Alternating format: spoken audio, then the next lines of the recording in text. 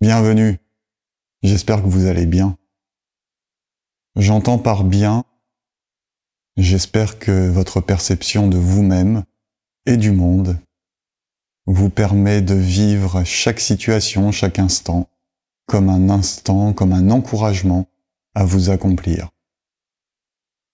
Nous sommes dans la série Nourrir le corps, et nous avons vu jusqu'à présent que le corps se nourrit de bien plus que de la nourriture alimentaire, et que l'ensemble des nourritures du corps sont une condition nécessaire, préalable, à ce que nous puissions vivre la magie du monde, à ce que nous puissions percevoir le subtil, à ce que nous ne restions pas coincés dans une vision matérielle, une vision sensorielle, une perception sensorielle du monde, qui ne peut être que source de peur et de souffrance. Et aujourd'hui, nous allons continuer à explorer les nourritures du corps, les deux que je n'ai pas encore abordées. Jusqu'à présent, j'ai abordé l'alimentation, l'intention, la nourriture émotionnelle, mentale, la nourriture de l'activité du corps, et il reste les deux dimensions les plus subtiles, l'amour et la spiritualité. Les plus subtiles car c'est elles qui vont réellement faire le lien avec ce que nous sommes et qui nous permettent de vivre pleinement cette incarnation sur Terre, en harmonie avec nous-mêmes, en harmonie avec le monde, en harmonie avec ce pourquoi nous avons décidé de nous incarner sur cette planète. Et je vais traiter amour et spiritualité dans une même vidéo, car vous allez voir, les passerelles sont très très nombreuses. Et la première thématique est conditionnelle à la seconde. Il me faut évidemment définir ce que j'entends par amour, ce que je vais appeler amour tout au long de cette vidéo. L'amour tel qu'on le comprend habituellement est un objet d'attention assez exclusif. C'est l'amour que l'on reçoit de nos parents, c'est l'amour que l'on donne à son conjoint, à sa partenaire, c'est l'amour que l'on donne à ses enfants. Bref, un concept assez limité. Un concept. Car je n'entends vraiment pas derrière le mot amour la définition que je viens de vous en donner. Il ne s'agit pas d'une relation exclusive.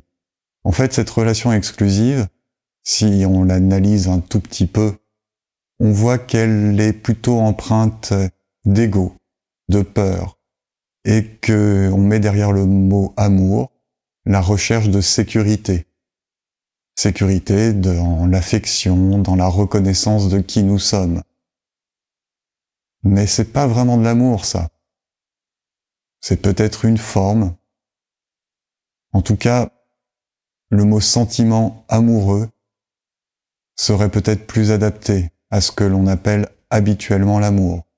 Sentiment amoureux avec un conjoint, une conjointe, bref, entre deux êtres, mais sentiment amoureux qui n'a strictement rien à voir avec l'amour. Je dis sentiment car réfléchissez bien. Derrière ce que l'on appelle l'amour habituellement, il y a vraiment en fait soit du désir, donc c'est pas de l'amour, soit de la peur d'être seul, la peur de ne pas être aimé, la peur de ne pas être reconnu. Et évidemment, ne pas être reconnu, ne pas être aimé, ça parle d'ego. Ça ne parle pas d'amour. Au contraire, l'amour au sens auquel je l'entends, auquel je vais l'employer dans cette vidéo, c'est la force universelle, immatérielle, quelque chose, encore une fois, pour lequel je ne vais pas avoir de mots, qui est à l'origine de la vie, qui crée la vie et qui l'anime. Évidemment, nous naissons par un acte d'amour. Toujours. Et puis l'amour anime la vie. En fait, quand les chrétiens disent « Dieu est amour », ils ne veulent pas dire que Dieu aime. Dieu est amour, ça nous dit vraiment que Dieu est amour. Dieu est constitué d'amour. La vie est constituée d'amour. Le constituant immatériel, primordial de la vie, c'est l'amour. Notre constituant immatériel, primordial, celui peut-être de notre esprit, mais je reviendrai là-dessus un petit peu plus loin dans la vidéo, c'est l'amour.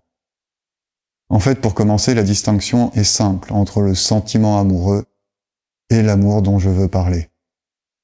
À partir du moment où il y a une condition à l'amour, c'est-à-dire je t'aime parce que tu fais ci ou ça, je t'aime parce que je te trouve comme ci ou comme ça. À partir du moment où il y a une condition à l'amour, ce n'est pas de l'amour. C'est autre chose. Du désir, de la peur, de l'ego, de l'admiration, plein de choses, mais pas de l'amour. L'amour est inconditionnel. L'amour est.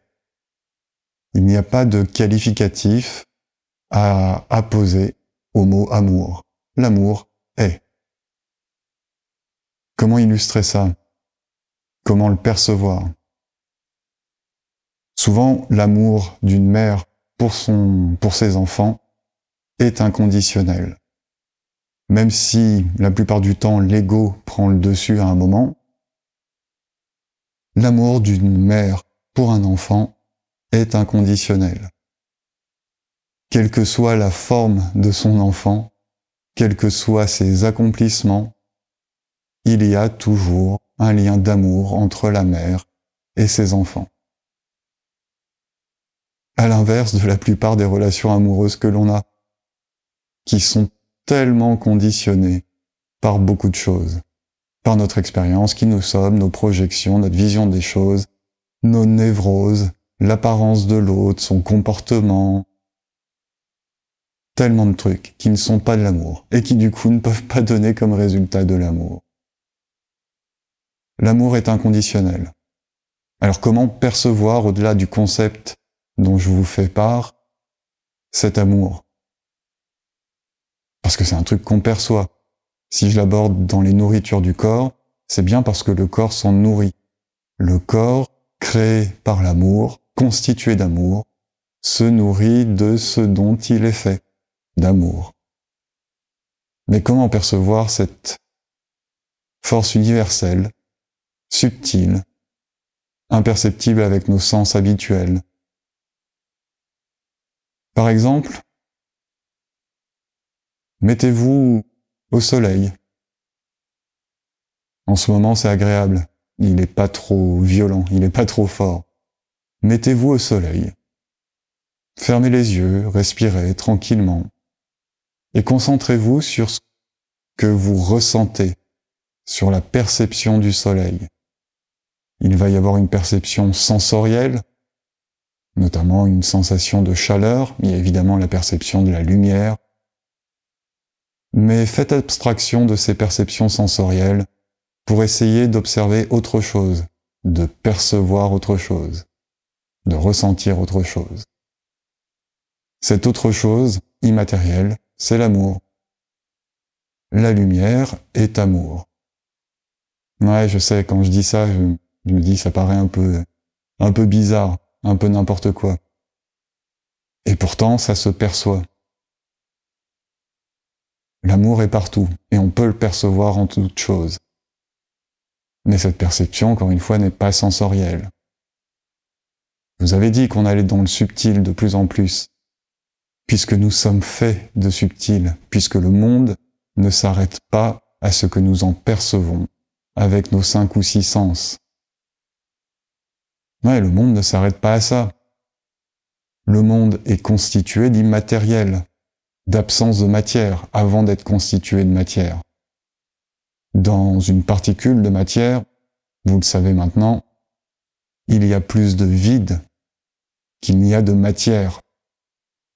Et c'est dans ce vide que se loge tout ce que j'appelle le subtil, la magie du monde.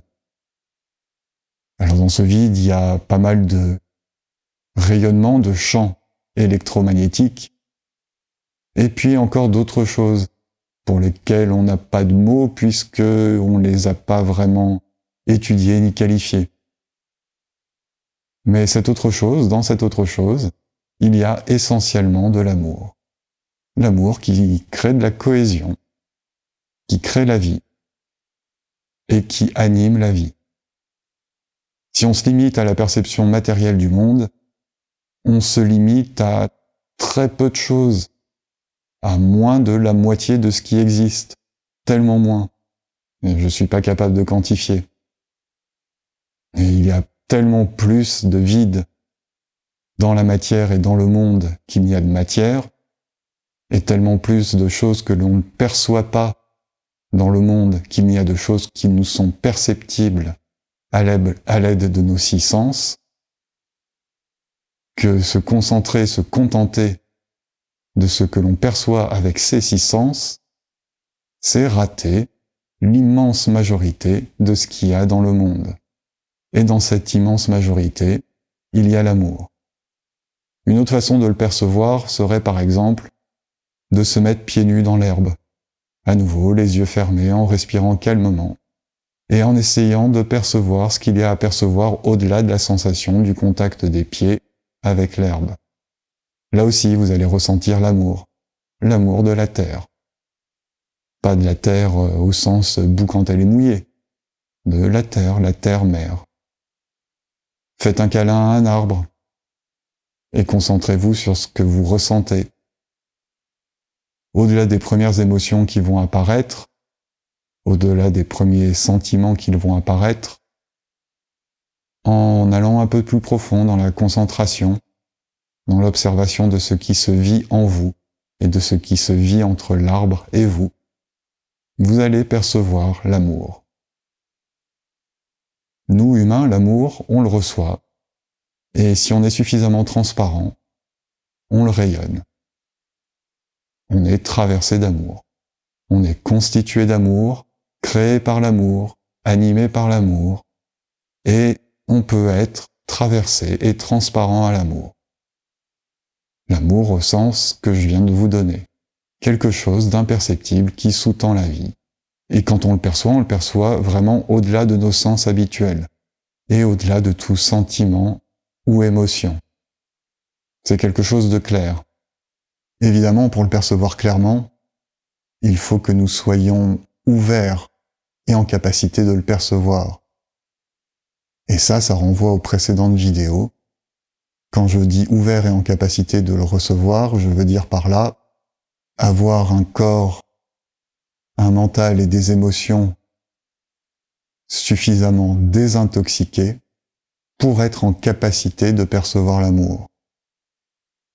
Parce que comme toute chose fine, la moindre pollution, la moindre intoxication nous empêche d'accéder aux choses fines. Un corps mal alimenté par de la nourriture alimentaire, un corps pollué par de la pollution, par des toxiques mentaux, un corps aux émotions pas apaisées, nourri d'émotions grossières, violentes, un corps qui n'est pas plongé dans l'intention, dans ce qu'il fait, un corps qui n'est donc pas dans la conscience de ce qu'il est réellement, au-delà de la matière, ne peut pas percevoir ce qui est subtil, ce qui l'anime réellement, ne peut pas percevoir de façon extrasensorielle ce qui constitue l'univers, ce qui constitue le monde dans lequel on vit, ce qui nous constitue nous-mêmes. Je pourrais prendre comme analogie, essayez un soir de nouvelle lune. Vous êtes à l'intérieur, avec la lumière allumée, et vous sortez dehors en pleine nuit alors qu'il n'y a plus d'éclairage public, ou en pleine forêt, en tout cas un endroit où il n'y a plus d'éclairage public. Eh bien au début, vous aurez du mal vous verrez des étoiles, mais vous aurez du mal à voir le sol, à voir ce qui vous entoure. Et puis petit à petit, vous pourrez voir les étoiles voir la forme des arbres ou la forme du paysage qui vous entoure. Et plus le temps va passer, plus vous serez à même de percevoir tout ça visuellement. L'analogie, c'est que pollué par de la lumière électrique extrêmement forte, les yeux n'étaient pas capables de voir, une fois que cette lumière a disparu, tout ce qu'il y avait à voir. En revanche, petit à petit, en se dépolluant, en s'habituant à ce qui est la réalité de la lumière, les yeux vont pouvoir petit à petit percevoir ce qui est réellement. Paysage, forme, et la foultitude d'étoiles qu'on a au-dessus de la tête. Voilà, pour le corps, c'est la même chose. Pour la perception de tout ce qui est subtil, c'est la même chose. Si le corps est nourri de grossier, il perçoit pas le subtil. Il perçoit pas la magie de tout ce qui est. Il ne perçoit pas le quasi imperceptible. Et donc, il ne perçoit pas l'amour dont il est fait, qu'il reçoit, qu'il peut rayonner à chaque instant. Il ne perçoit pas l'amour en chaque chose, car il y a vraiment de l'amour en chaque chose. Dans tout le vivant, dans toute la création, on peut percevoir l'amour. On peut même percevoir l'amour qui émane d'une pierre. Alors a fortiori de pierres qui sont, sacrées, tels les alignements de Karnak, un dolmen ou autres, mais aussi du moindre petit gravillon que l'on trouve sur un chemin. Alors vous allez me dire quel est l'intérêt de percevoir tout ça? Eh bien, le seul réel intérêt dont je puisse vous parler, c'est se connecter à la réalité, à ce dont nous sommes constitués, à ce que nous sommes venus expérimenter sur Terre, à la compréhension de ce dont nous sommes faits.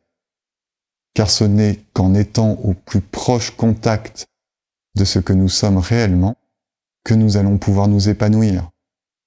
Si nous restons dans la matérialité, dans le matérialisme, on ne réussira pas à s'épanouir.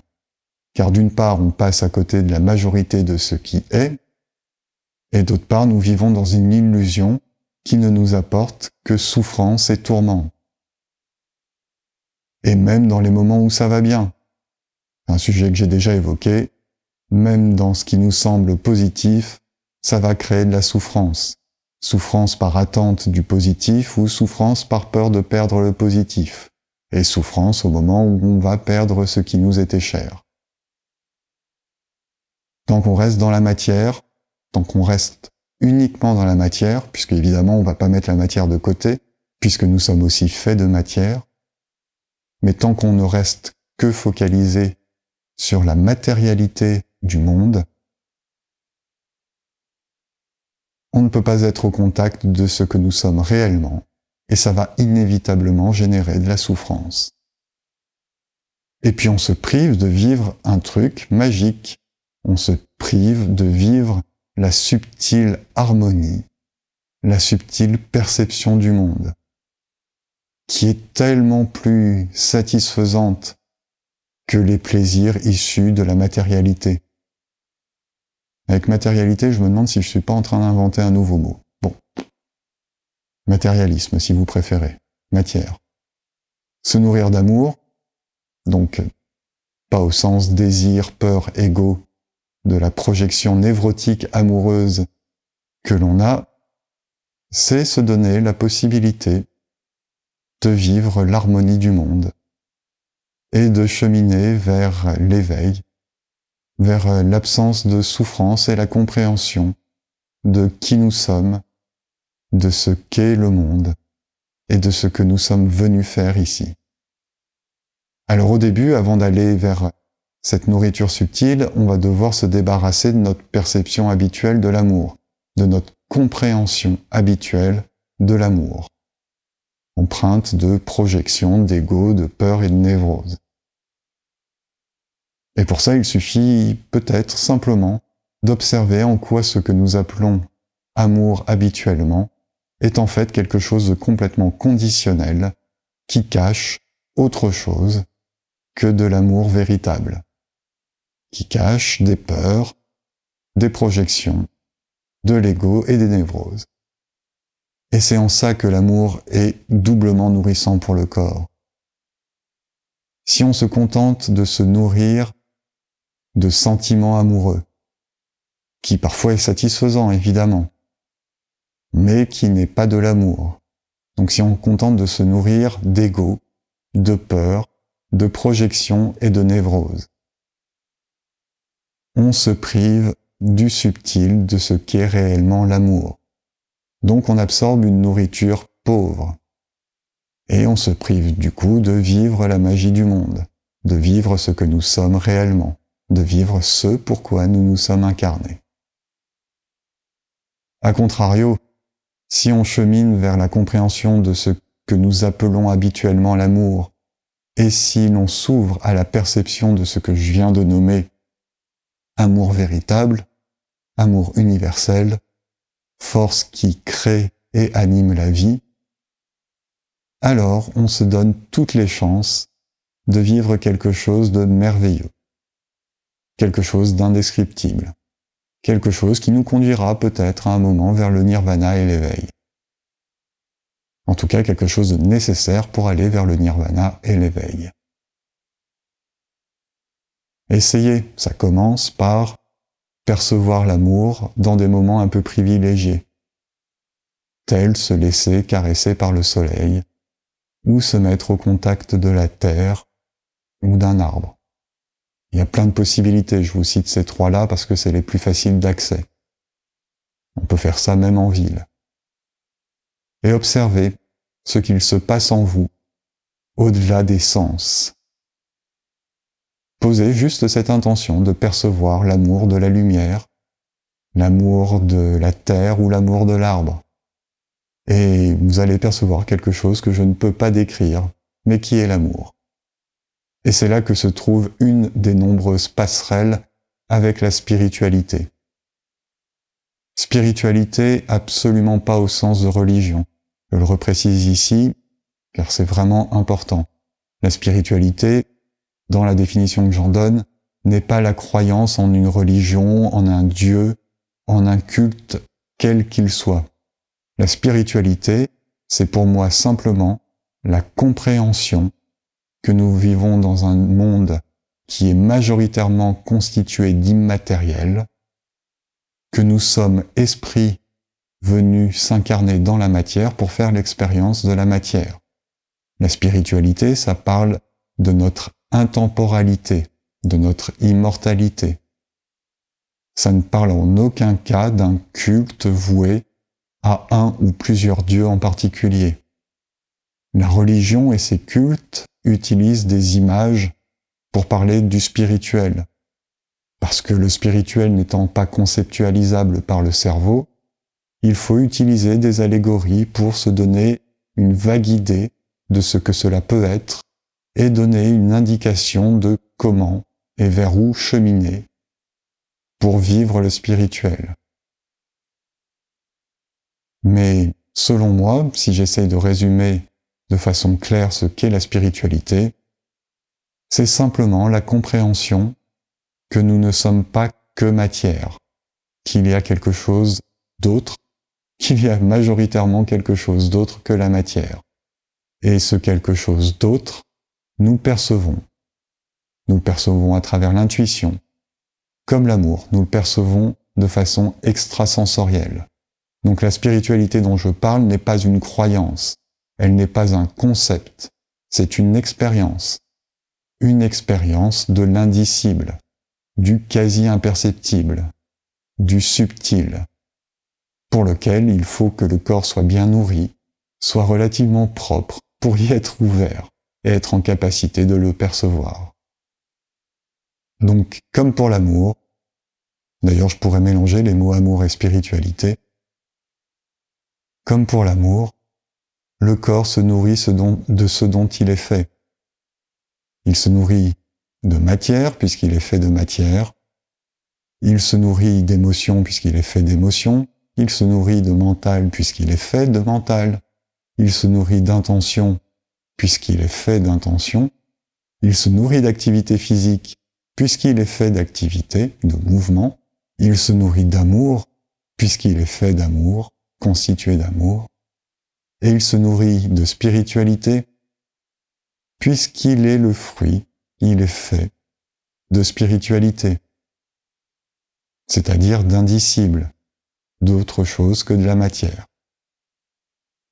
Et c'est pourtant une nourriture dont on se prive très souvent, même en pratiquant des religions, en pratiquant un culte.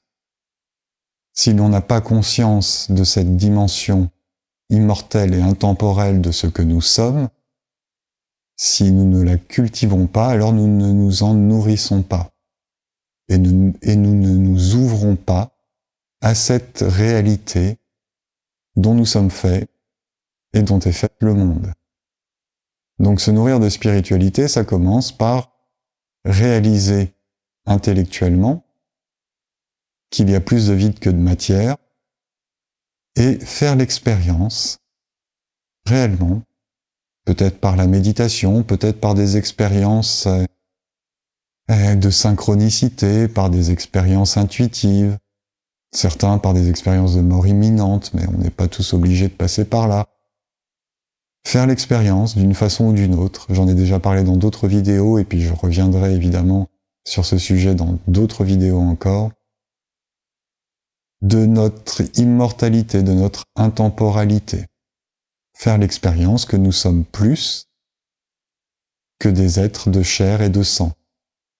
Et encore une fois, l'expérience la plus simple et la plus directe que nous puissions faire, c'est l'ouverture, la perception de l'intuition. Car l'intuition, on ne l'aperçoit ni dans le corps, ni dans les émotions, ni dans le mental. En premier lieu, l'intuition, elle vient, c'est notre porte de communication avec notre sagesse intérieure, avec le divin, avec notre âme. Et dans un second temps, évidemment, on la ressent dans le corps et on l'analyse avec le cerveau. Donc, premièrement, réaliser intellectuellement que l'indicible prédomine sur le perceptible sensoriellement.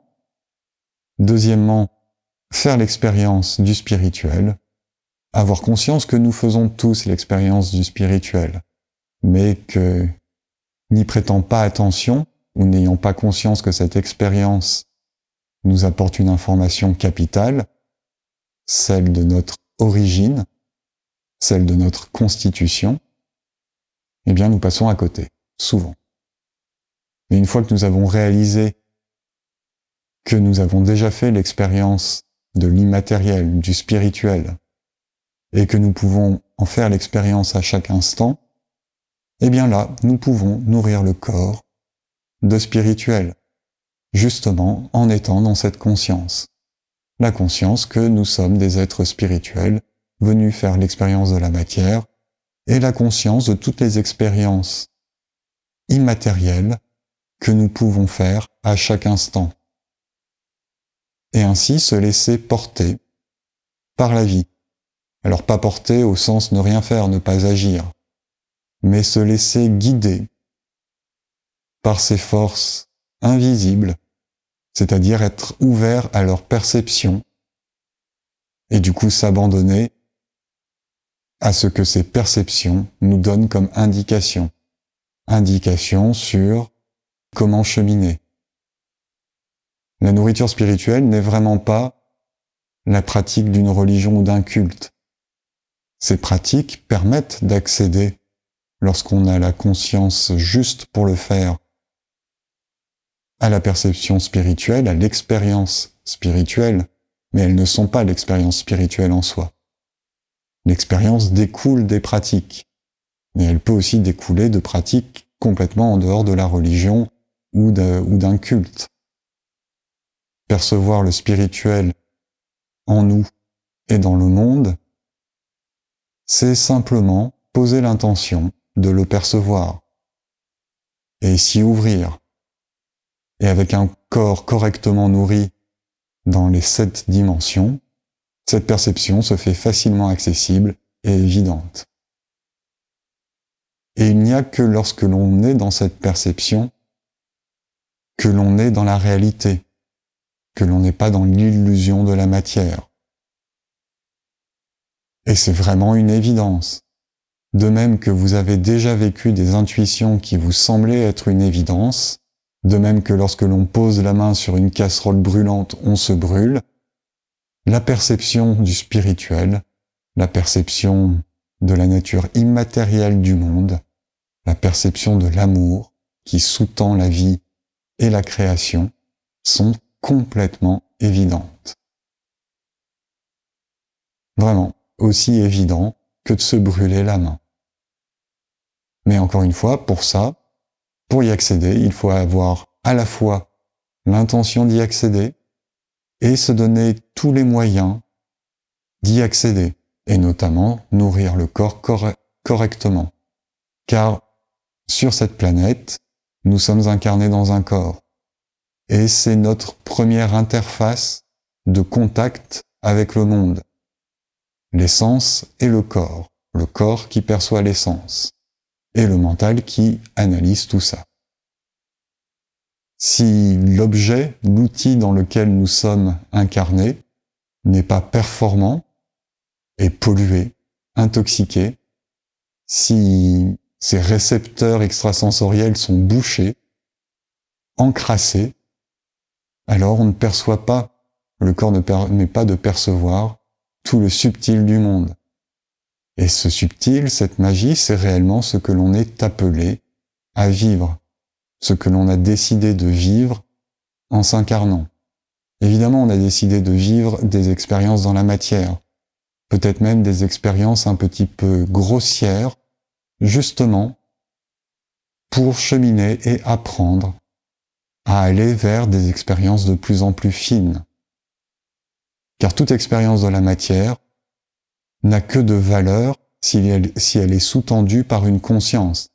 À la fois la conscience que nous sommes en train de faire une expérience de la matière, à la fois la conscience que cette expérience est choisie, et à la fois la conscience que nous sommes l'expérimentateur.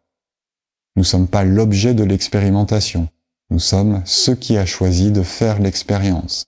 Nous ne sommes donc pas victimes de l'expérience, mais pleinement maîtres de ce que nous souhaitons vivre dans cette expérience.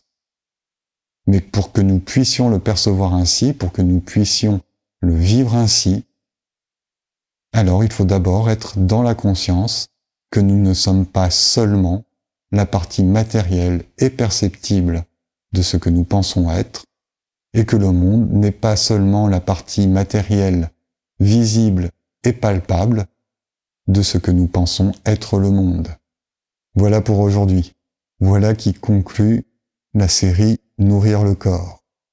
Une série qui, je l'espère, a mis en lumière la nécessité de mettre de la conscience dans toutes les formes de nourriture dont nous nous nourrissons, de façon à pouvoir s'ouvrir et vivre la magie, la subtilité du monde, vivre en harmonie, vivre autre chose que la peur, la souffrance, les émotions fortes, vivre le sens, vivre autre chose qu'un sens matériel qui commence à la naissance, qui finit à la mort, avec tout son lot de turpitude entre les deux, tout son lot de peur et d'errance.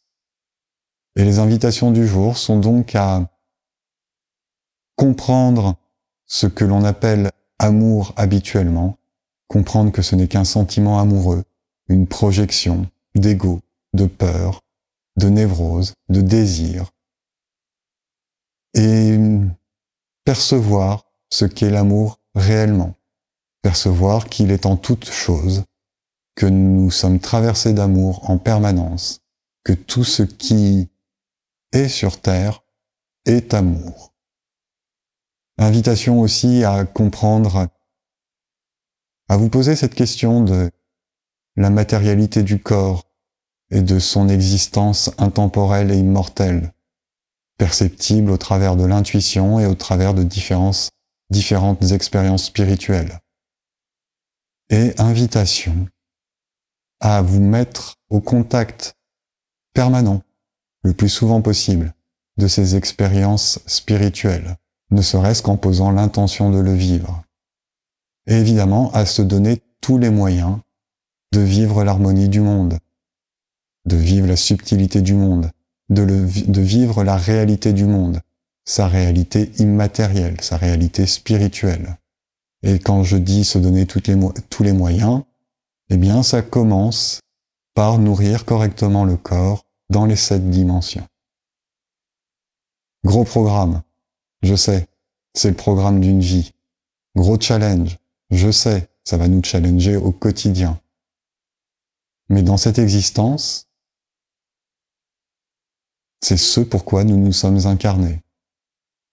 Nous nous sommes incarnés pour faire l'expérience de la matière, et il y a plein de chouettes expériences à faire, mais si nous ne sommes pas dans cette conscience spirituelle, nous ne sommes pas les expérimentateurs, nous devenons les victimes de ces expériences, et elles sont très souvent douloureuses.